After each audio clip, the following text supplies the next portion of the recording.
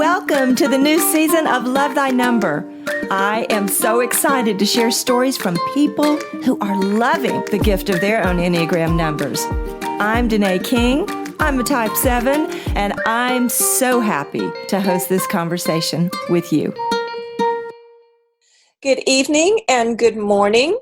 It is evening where I am right now in Dacula, Georgia, outside of Atlanta, but my guest today is Catherine Robertson from Sydney, Australia. Hey, Catherine. Hi, Danae. And we're trying something new this time. So typically I just record the audio portion, but I love the background of where she is and seeing her face. So we're trying an actual audio and video. So I have to wear the ugly headphones. You get to see her beautiful face. So Catherine, welcome to Love Thy Number. Thank you for having me. I want to let the people know that she has a very interesting occupation, and that's really, I really hate to say occupation because it's more of a gift. It's something she gives as from her soul. She is a gratitude consultant, a Reiki master, and an intuitive counselor. Did I get that right? You did. Thank you. And we, of course, met on Instagram because we're not next door neighbors. But I actually found her through her husband's Instagram account and Facebook, and which I found way after I found his book. I've probably had the book for maybe close to 2 years. And his book is Essential Wholeness. And we're not going to go into that so much right now because maybe one day we'll have Eric on. His name is Eric Lyleson, and he works with the Enneagram and spiral dynamics and a lot of other components as well.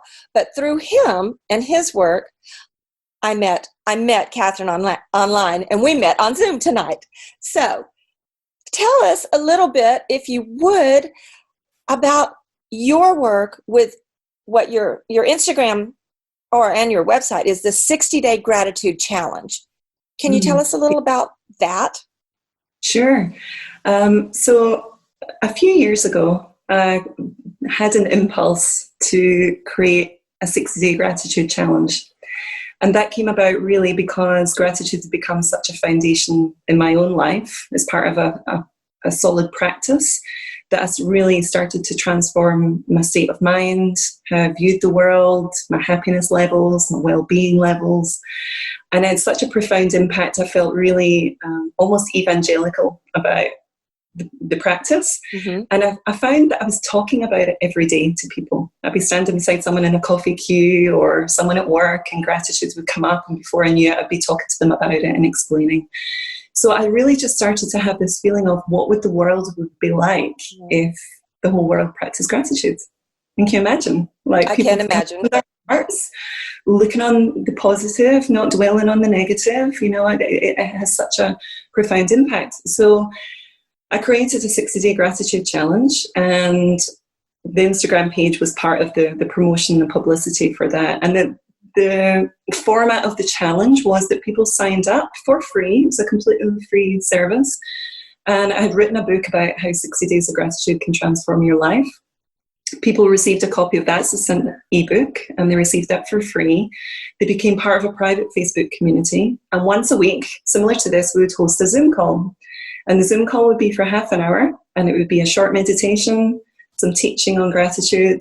Some weeks I interviewed guests. Rick Hansen was one of my guests one week, which was just incredible. That was a huge moment. Wow. And for those of you, can I just take a moment here? For those of you who might not have understood, I believe you said Russ Hudson. Rick Hansen.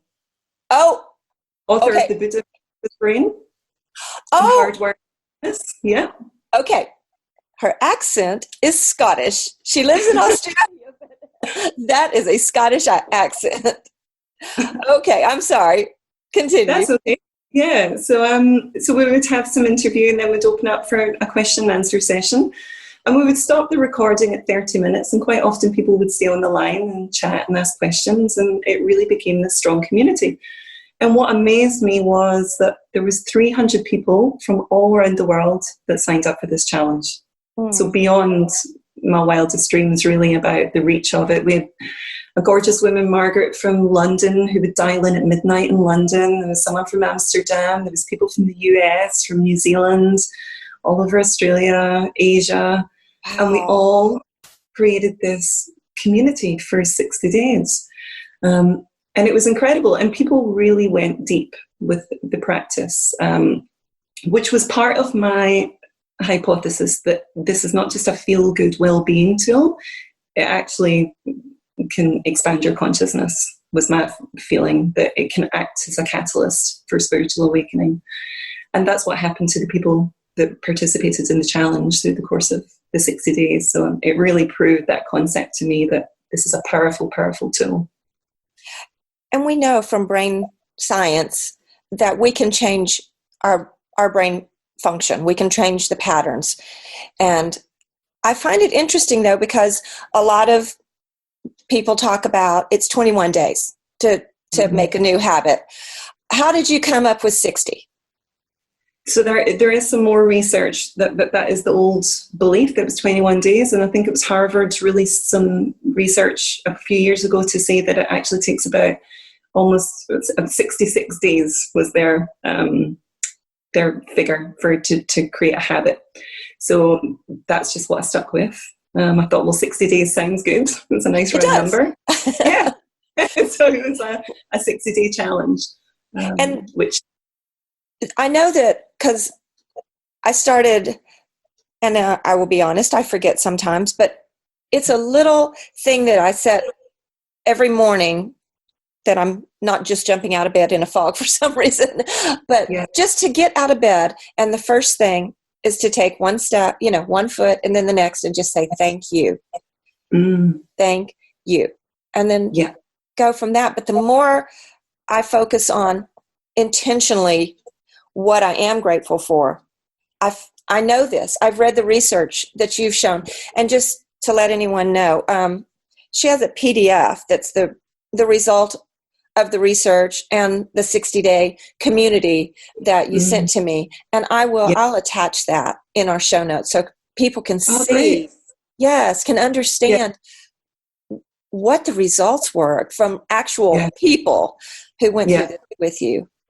That was a beautiful process to go through, to interview people afterwards. And it was a couple of years after the challenge that I compiled that research, because I submitted an abstract to present at a conference last year in California.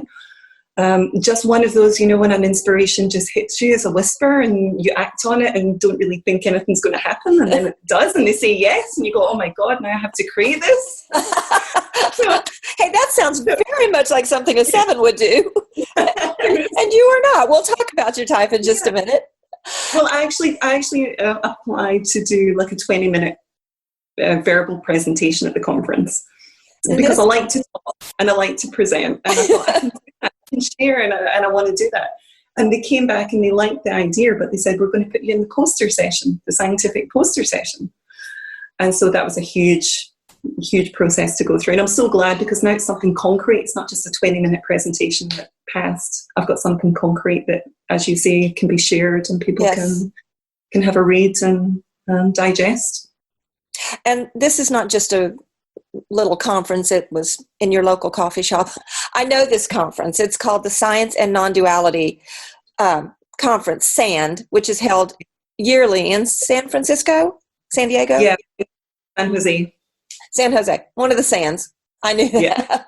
Because I have some very good friends who have also presented there. And so I know this is a very big honor. And so I want people to know the research that you've done, what you've presented, and like I said, I'll attach this PDF. But thank you. So we alluded to your type just a minute ago, and in our conversation through email before we actually set this up, I asked you, would you be willing to share your type and what you learned from being your type and what gratitude has awakened for you. This is, this sentence that you wrote to me, let me just read it, and then you can go a little further with it. Okay. So I thought this is a quote that's just so beautiful.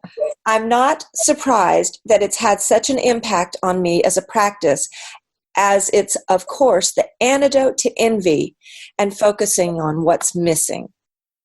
And that being said, why don't you tell us your type? So I'm an Enneagram 4. Yeah. And envy is the passion. Yeah. It is the passion. Yeah. Yeah. What a beautiful realization that gratitude is the antidote. And the gratitude came for me before even hearing about the Enneagram. So gratitude became a part of my life 2013. I started to practice gratitude. And so that really started to shift a lot of things for me in terms of where I was at that stage of my life, and the impact it had was so huge. And then it wasn't until I met Eric 5 years ago that I learned about the Enneagram. And I remember when he was talking through the types, and it got to 4, and you know that sinking feeling that happens when you just go, oh, that's it. Yes. And happens. And so then it was like, oh my goodness, because gratitude just feels like this, with this work that I do and the work that I'm drawn to do, and to spread this message about the power of it, that it's not just a feel-good tool, it's actually, we've got a lot of depth for transformation. It made sense then why I had such a strong reaction to it, and why it won't leave me alone almost. I'm so happy it won't. And I go through period phases like everyone where I fall off the wagon, and I kind of think I've got enough gratitude credits in the bank and I don't need to do this anymore. And I know all, and I've researched it, and I've studied it, and I've lectured about it and taught about it. I don't need to do this anymore. But when I feel myself starting to get into that negative mindset again, or envy or comparison or lack, the common fixations for a 4, then it's really clear to me that I've not been spending enough time in gratitude. I need to get back to my practice. That was another observation is that we don't have gratitude credits in the bank, and that we've got a reserve, that we're good. We're rich enough in gratitude, so I don't have to do that anymore. Yeah. It is just like saying, no, I told you I loved you when we married. If I ever change my mind, I'll let you know. Your biceps at the gym, you don't go to the gym for 6 months and get strong and then go, that's it, I don't have to do this anymore. Exactly. It'll atrophy and go back to what it was before. So it is a constant discipline, and I think of it like spiritual hygiene. They've got meditation, got spiritual texts that I read, got some guidance that I tap into with spiritual teachers, and then gratitude is another one of those pillars for spiritual hygiene. Just one of the most important. It really is. And you and I have been trying to get a schedule, or get coordinated with our schedules to get this recording. And we were going to do it a while back, and then your wedding was in February. And congratulations. She and Eric are now married. I was like, how about you get through the wedding and, focus on that. And then that was the end of February. It's not been 29. Yes. So we looked at our calendars and was like, okay, this is the day we planned. And today is actually the first day of our spring over here in the United States. And I want to really emphasize what today is, because we are in a time of crisis and sheer fear and panic on so many levels that worldwide none of us have ever experienced before. And that is because these podcasts are archived, and if somebody's listening, a year from now, we are for us over here, we are on day 4 of our quarantine and social distancing, which is the new buzzword. But the coronavirus, the COVID-19, has attacked the planet. And I don't think it's a coincidence that you're here now, because I know you have a lot to say that could help us. I'm sorry about that. get through this time. And I'd like to hear how you think you could help bring a little calm in this time of panic. Thank you. That's I had a conversation with my youngest. I'm one of 5 children. I had a conversation with my youngest sister in Scotland this morning. She called me and she needed to share some difficult news with me.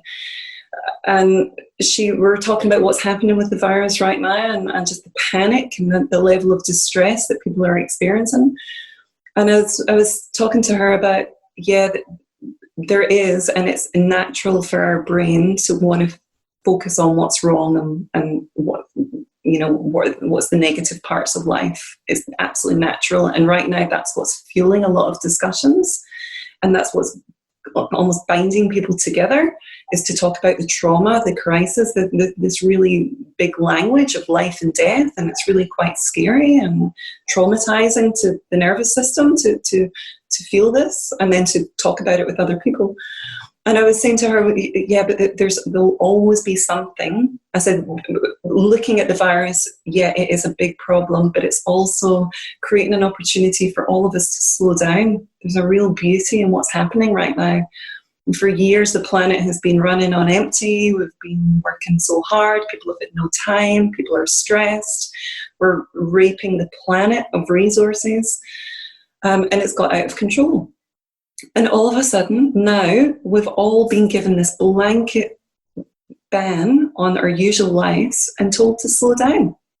Mm-hmm. And wow, we all get this opportunity to just breathe a little, take it slower, connect with each other on a deeper level. As you say, waving to people in the street, and people seem warmer, more eager to connect.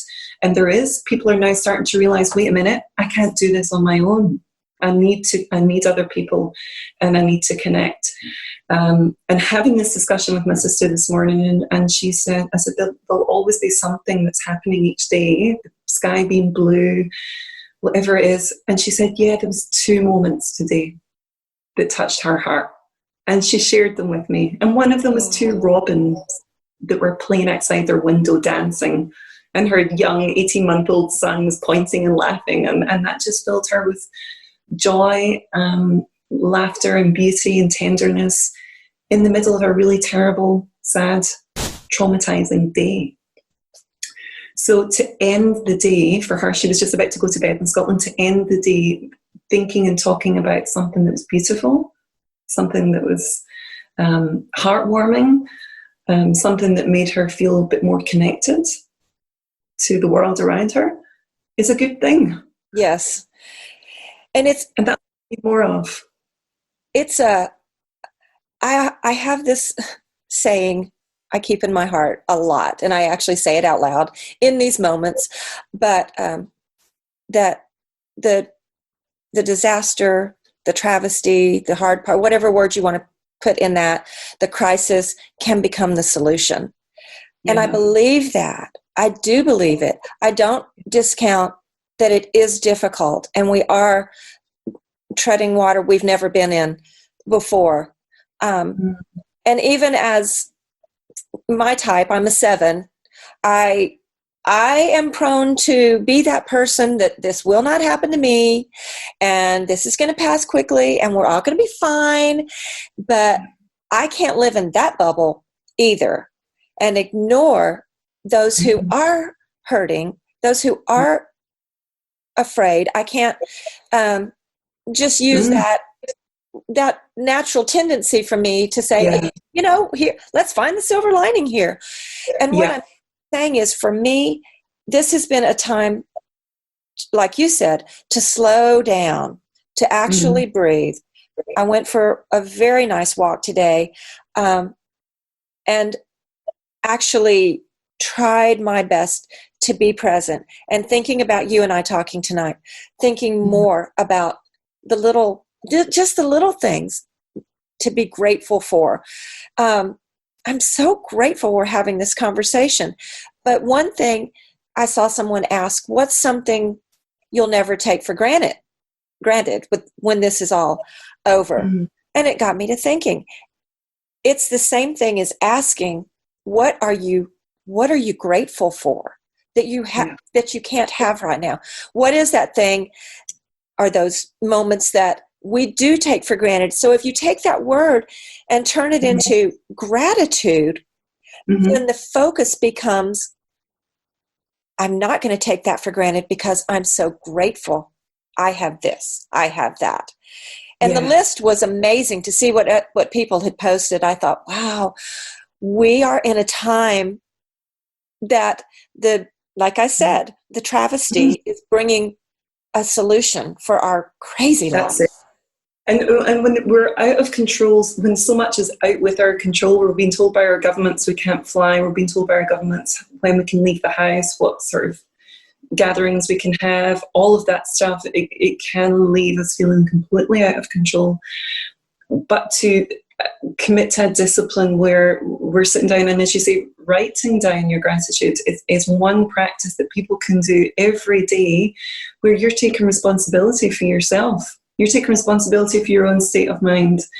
And it's not a spiritual bypass. It's not a let's just forget the negative and be in denial about what's going on, because we can hold that at the same time, but we can choose whether we want to dwell in that space and feel worse about ourselves. Right. Yes.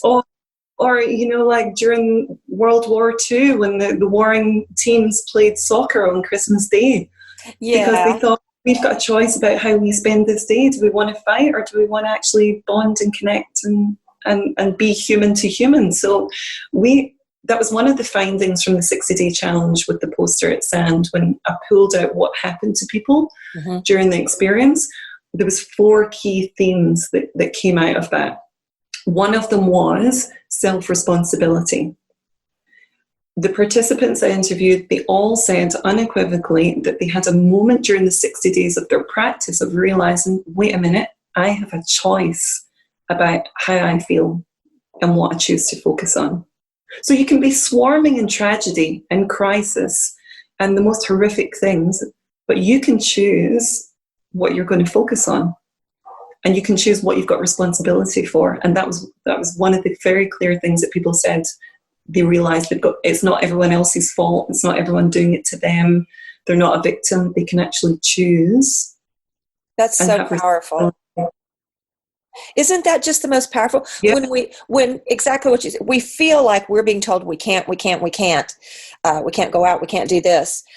Yeah. But we have the choice on how we feel, how we react about it. That's why I love that we're talking at this time.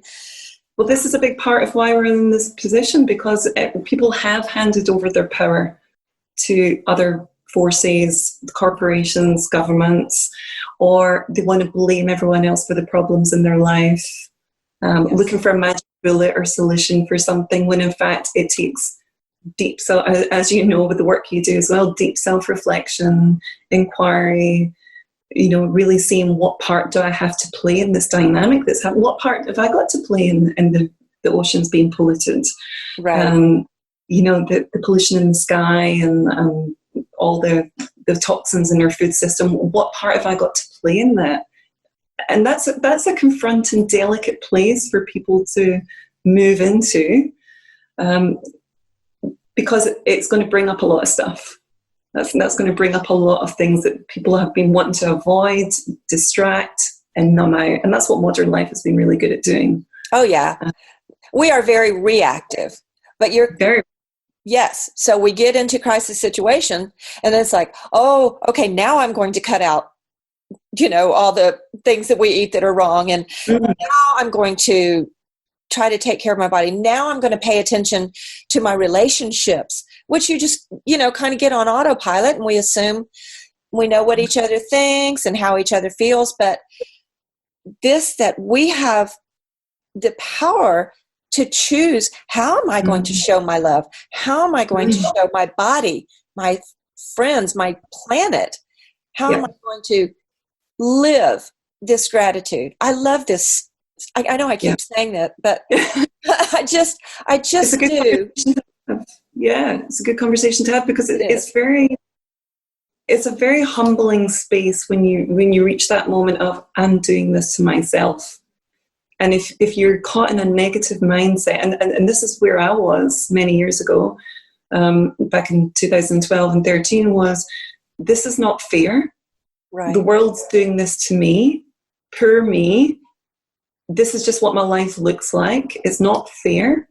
That was the story in my head. Mm-hmm. That's how I lived my life.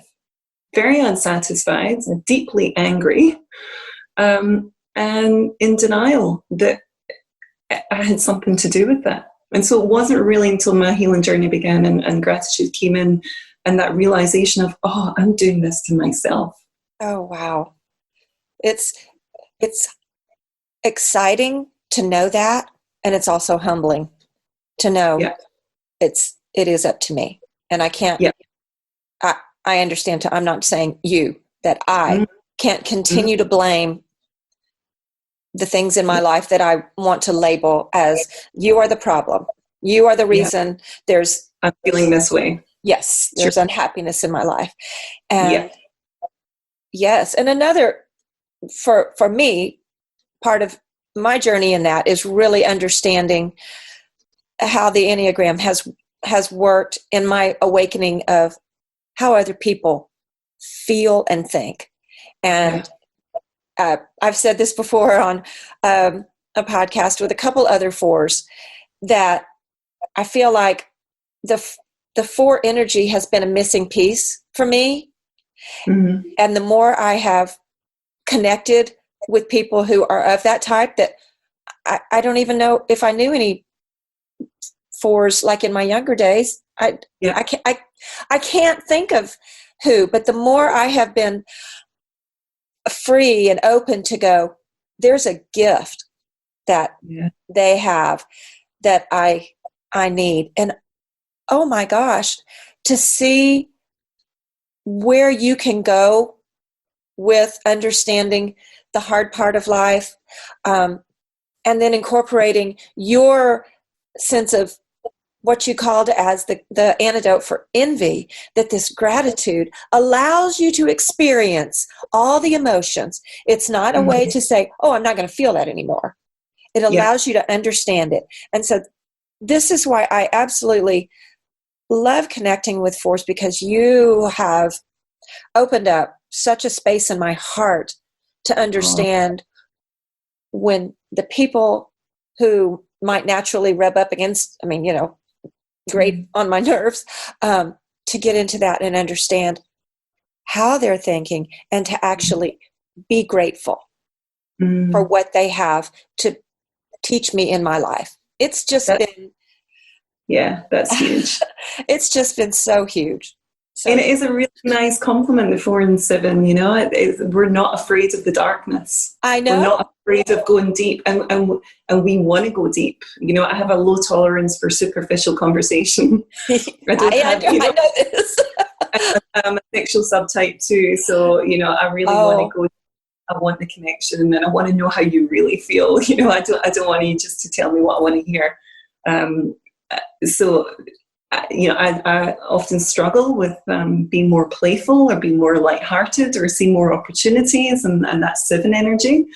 So it's really nice for me. And I don't have many 7s in my life, so it's really nice to sort of have that balance as well of the lightness and of the joy and of the sense of opening up to new opportunities, rather than 4s. We can get stuck in our drama and our pain and our suffering as well. So you don't want to hang. I'm not laughing at you.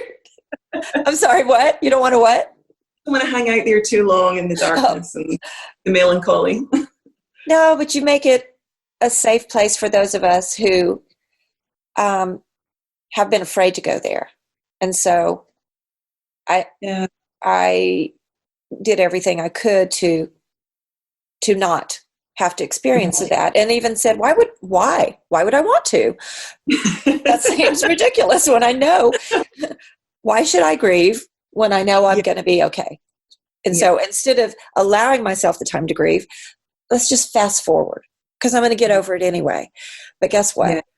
When I sat with my daughter in a funeral a couple of months ago, and I was just telling my husband this we were talking about it this morning, because I was thinking about the woman who had lost her husband suddenly in a car wreck. And was she going to sell the house? Would she still live in that house? Oh my goodness. Wonder what they're going to have to do as far as, and my mind was on the business of what she was going to have to deal with in the, immediate future. And I was all there just thinking about that. And I looked over, and my daughter, who's 33, well, she was at the time. She's 34. I know this. But she was crying because it was her best friend's father. Mm-hmm. And suddenly it was like I brought myself into the present. And that's our problem. I know that. The 4's problem a lot is living in the past. And past. Yep. And the 7s just want to go to what's in the future here. And I sat there and I just held her hand, and I felt so in the moment and just so connected to the grief that was happening all around us. Mm-hmm. And it made me feel more whole than I've allowed myself to be for a while. Yeah. And that's what we bring each other, is these missing pieces. And I know I'm using the word grateful, and it sounds like I'm just using this because we're talking about gratitude, but to be able to say, I need what you bring. Yeah. You're not the dark side to my light side. And no. we can't have a whole day without both. Yeah. So, and we have, you've just said that so beautifully, because we have all the 9 types within us. Yes. We're made up of all of it. We just prefer to hang out in 1 or 2 places, and we forget. Right. We forget, and that's the beauty of meeting other people and other types and seeing that they're gifts too, because they remind us of what we're not seeing in ourselves. And that's so powerful, to live from that place of wholeness and presence.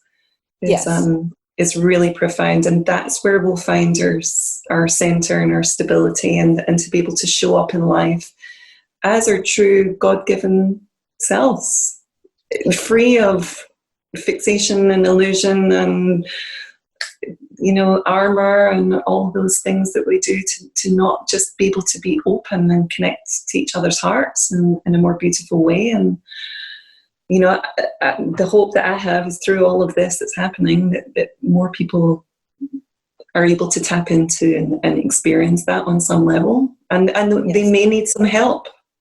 They may need help. The people who have not done personal development or have any of these tools or the language or the knowledge, they're going to need our help.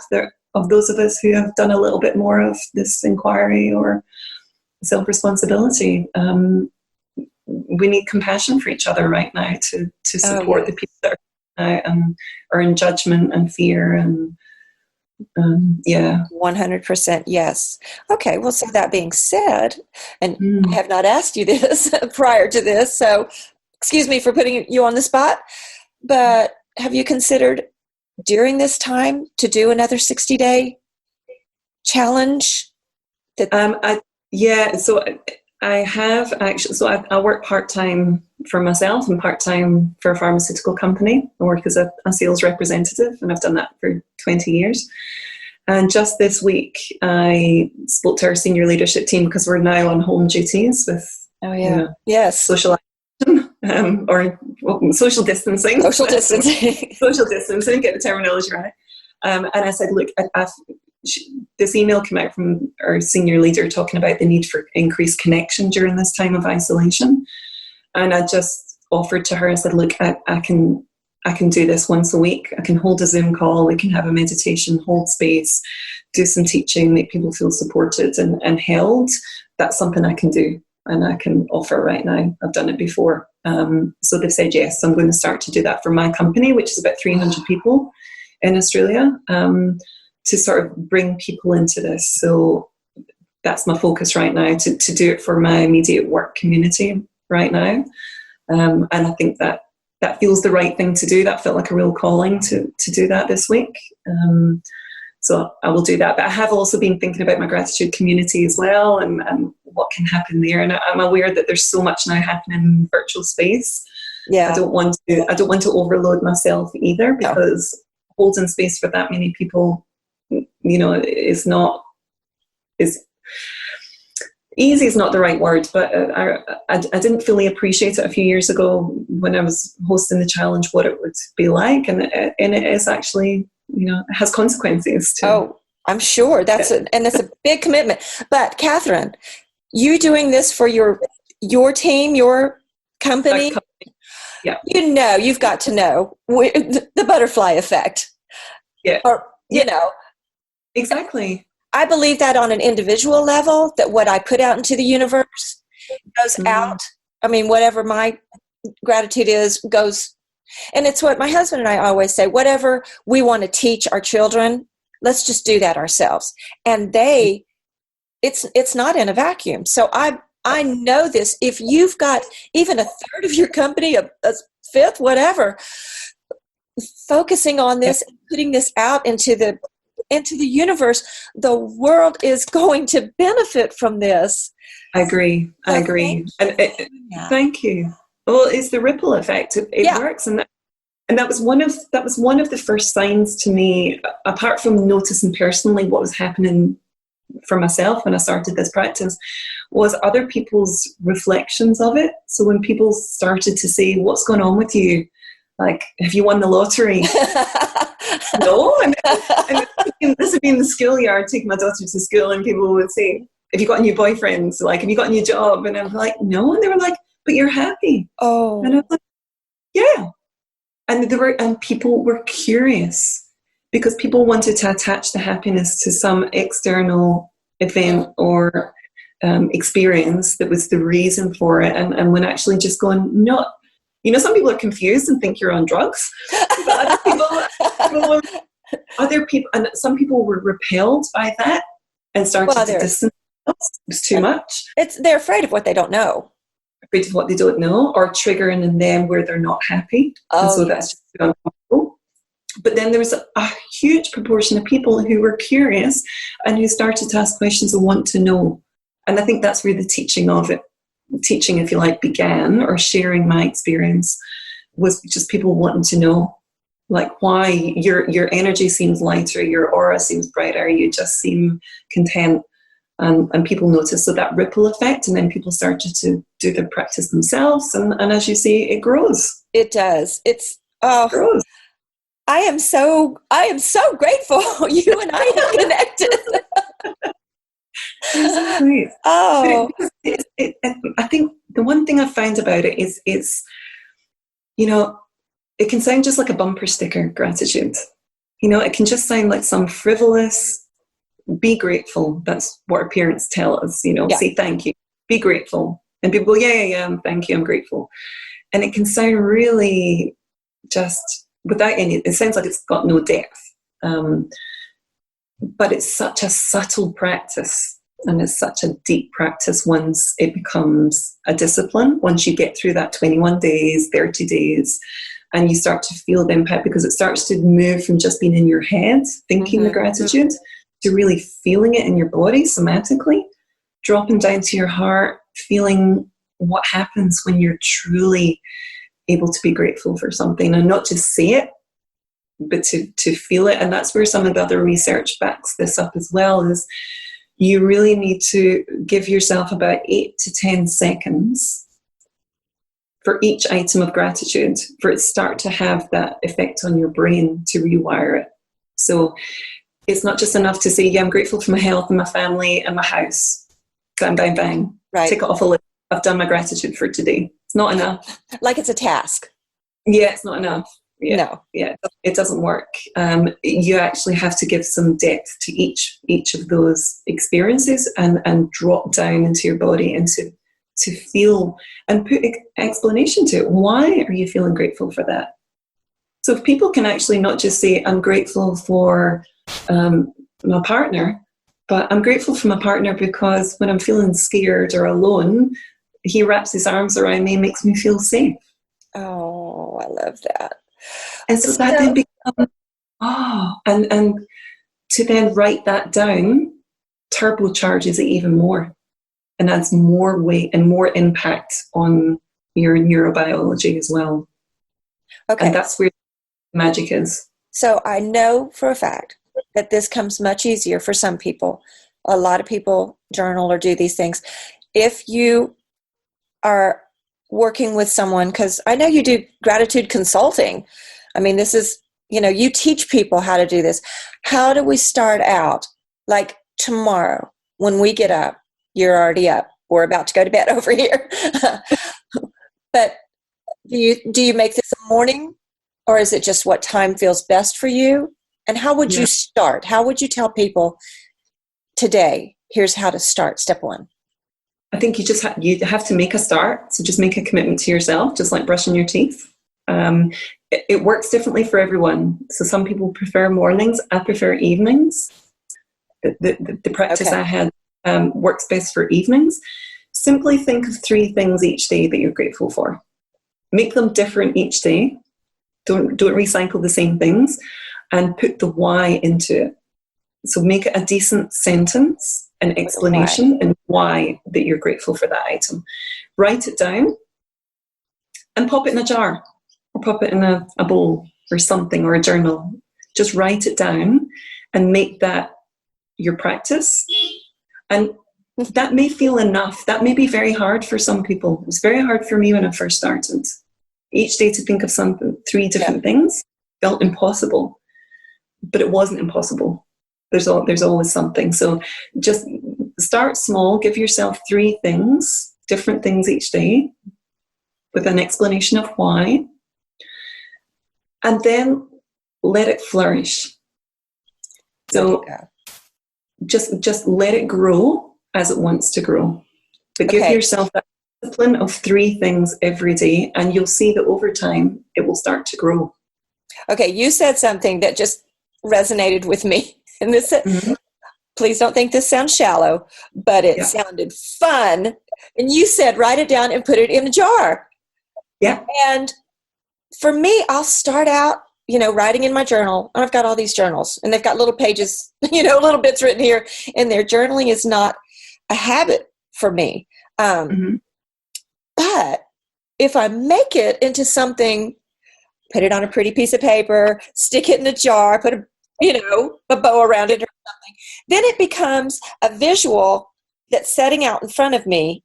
I'm just saying this for other people who have, make it whatever resonates with you, right?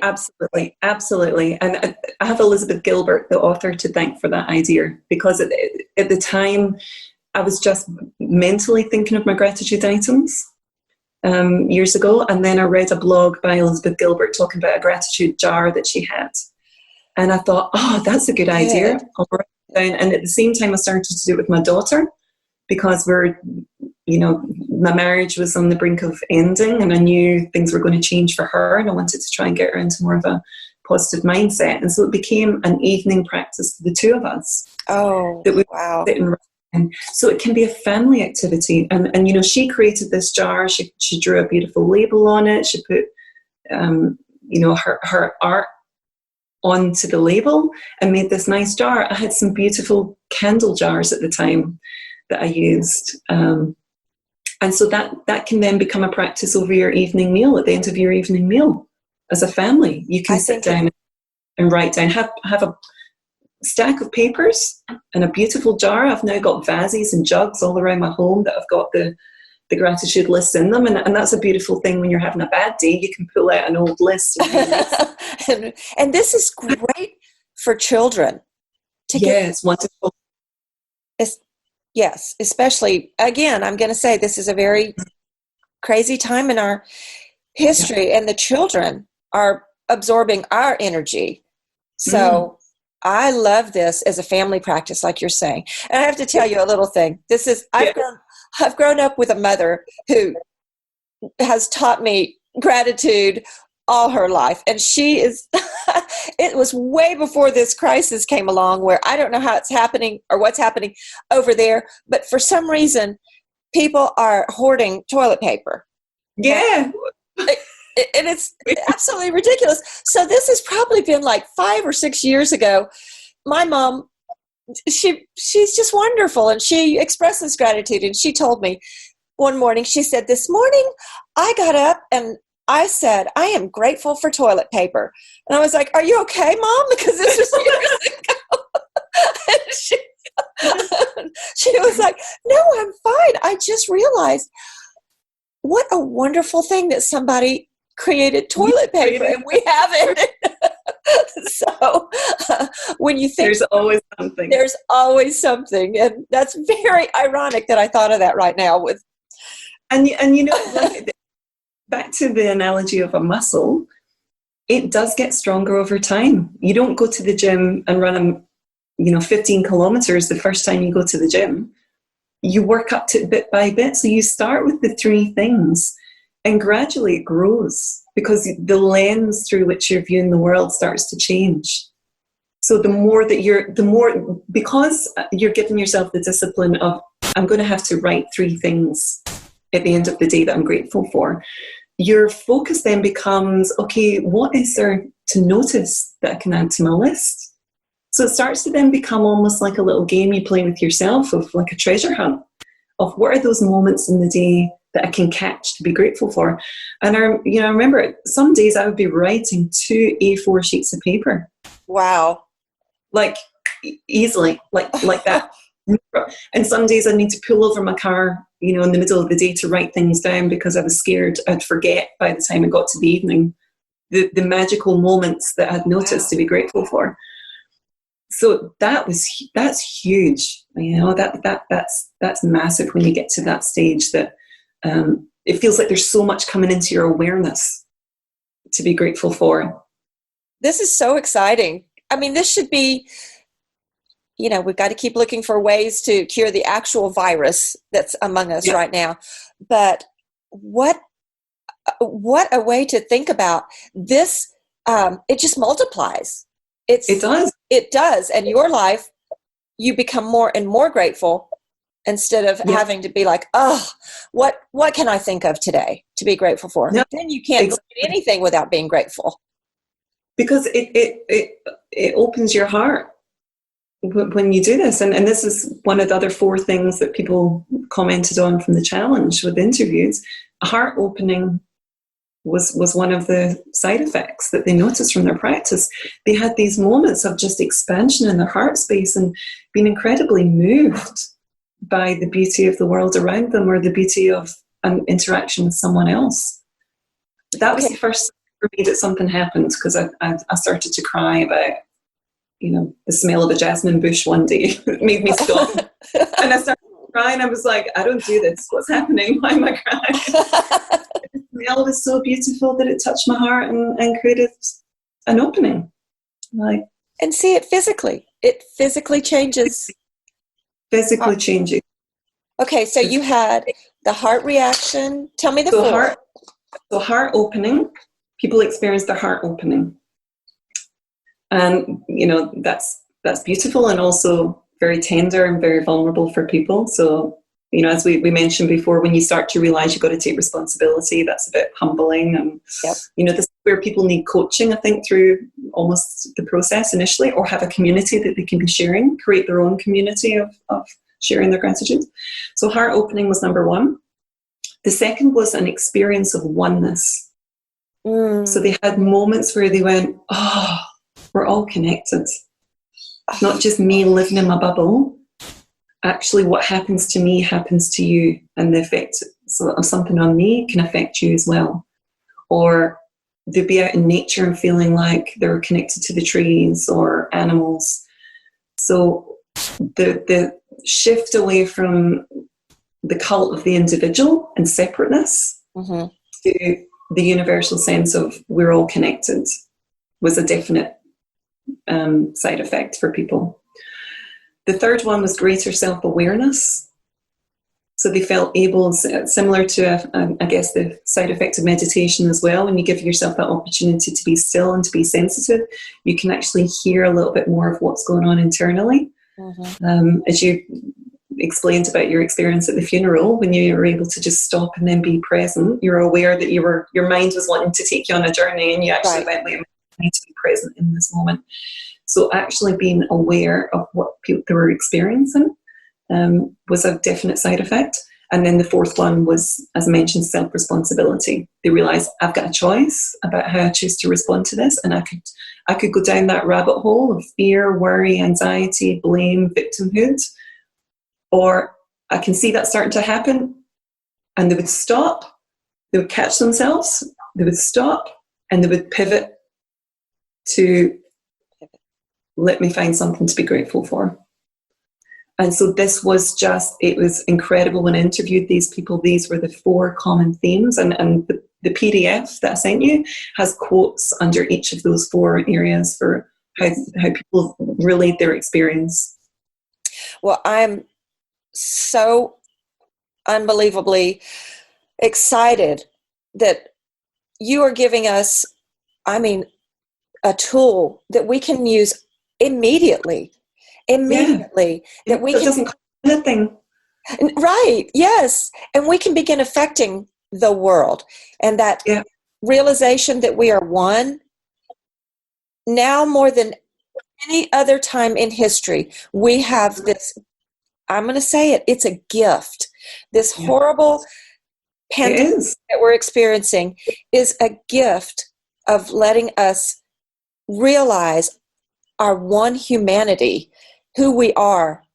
We are one functioning unit, and to take the time to take care of ourselves is taking care of the other. We cannot, and this is, I say this, I've said it many times before in my podcast. The reason I called it Love Thy Number is based on the Bible verse, love thy neighbor. But the rest of that is as thyself. And we kind of forgot that part. So it's love thy neighbor as thyself. I just tweaked it and made it love thy number for the enneagram. Yeah. But the truth is, when we begin taking care of ourselves, that's the only way we can take care of another. I'm so excited about having had this opportunity with you. Do you know we've been talking almost an hour?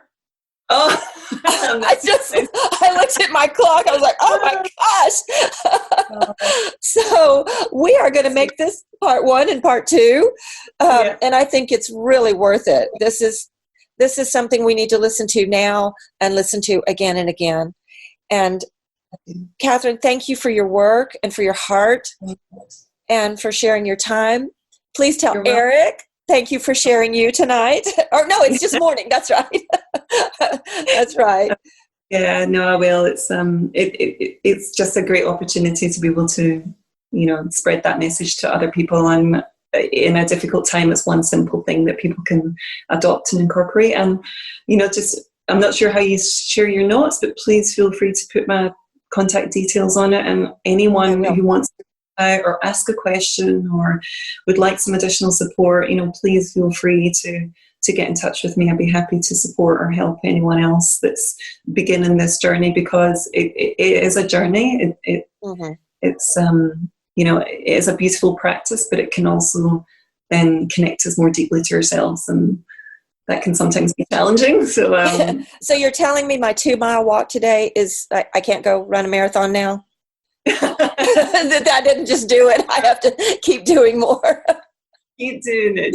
Just keep with it, and just make that connection to yourself for 60 days and just see what happens to your life. And I can guarantee there will be a transformation that you will appreciate.